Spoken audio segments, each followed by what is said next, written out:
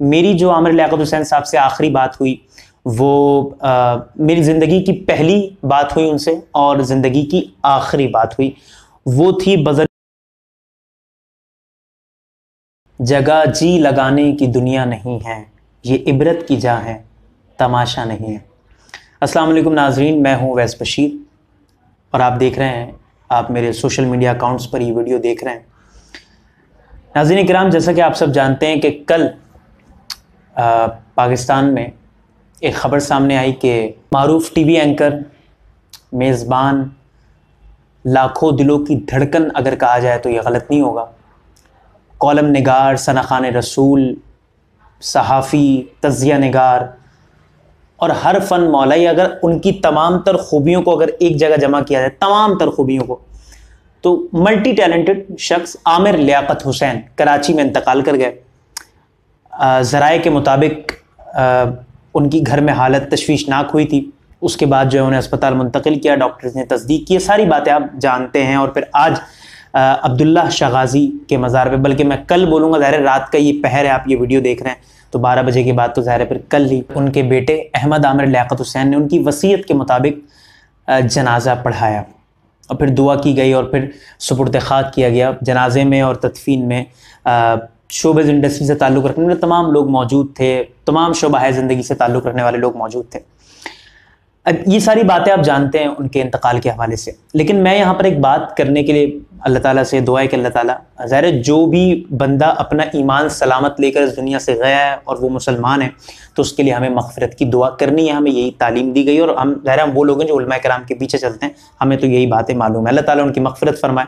मेरी जो आमिर लियाकत हुसैन साहब से आखिरी बात हुई वो मेरी ज़िंदगी की पहली बात हुई उनसे और ज़िंदगी की आखिरी बात हुई वो थी बज़रिए ट्विटर हुई थी 5 जुलाई 2020 को, जब उनकी सालगिरह का दिन था। मैंने ज़ाहिर मैं एक मिमिक आर्टिस्ट भी हूँ तो मैंने उनकी मिमिक्री की थी, उनकी रमज़ान ट्रांसमिशन की और एक गेम शो की। तो मैंने वो वीडियो उनको ट्विटर पे टैग की तो उन्हें बड़ी पसंद आई, उन्होंने रीट्वीट भी की, लोगों ने शेयर किया, उससे मुझे बड़ा फ़ायदा हुआ।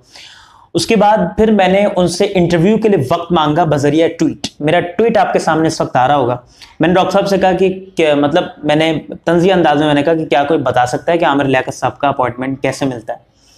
तो इत्तेफाक से आमिर लियाकत ने वो ट्वीट देख लिया और उन्होंने मुझे कहा कि उन्होंने इस तरीके से मुझे जवाब दिया। उन्होंने कहा कि हमें किसी ने, आपके सामने ट्वीट इस वक्त आमिर लियाकत का जवाब ही आ रहा होगा, कि हमें किसी ने अपॉइंट ही नहीं किया दोस्त, इसलिए अपॉइंटमेंट की ज़रूरत नहीं, चले आइए खुदाजात कॉलोनी।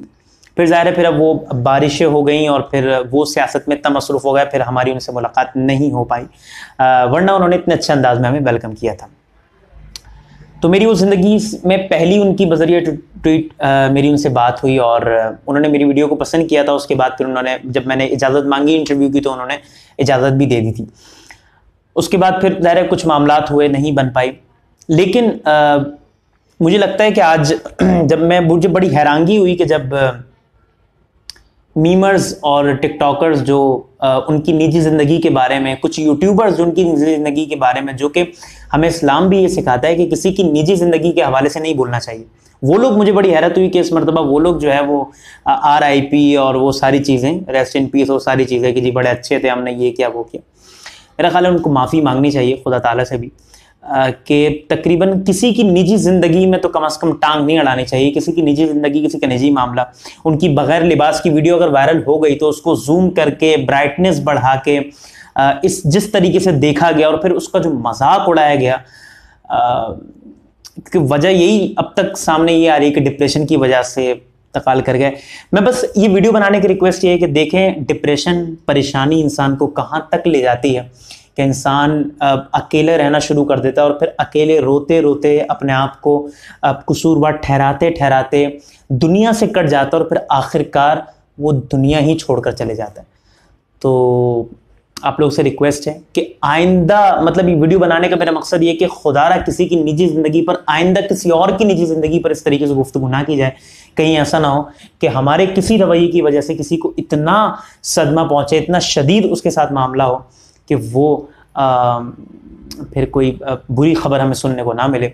अल्लाह ताला हम सबको महफूज फरमाए और अल्लाह ताला जो कोई भी आमिर लियाकत साहब ने जो कुछ भी किया, अल्लाह ताला उनके सगीरा कबीरा गुनाह माफ़ फरमाए। हर एक मुसलमान होने की हैसियत से अगर वो ईमान सलामत लेकर गए तो हमारी तो दुआ है अल्लाह ताला उनके सगीरा कबीरा गुनाहों को माफ़ फरमाए, उनकी मग़फ़िरत फरमाए, उनको जन्नतुल फ़िरदौस में आला मकाम अता फरमाए इंशाअल्लाह ताला।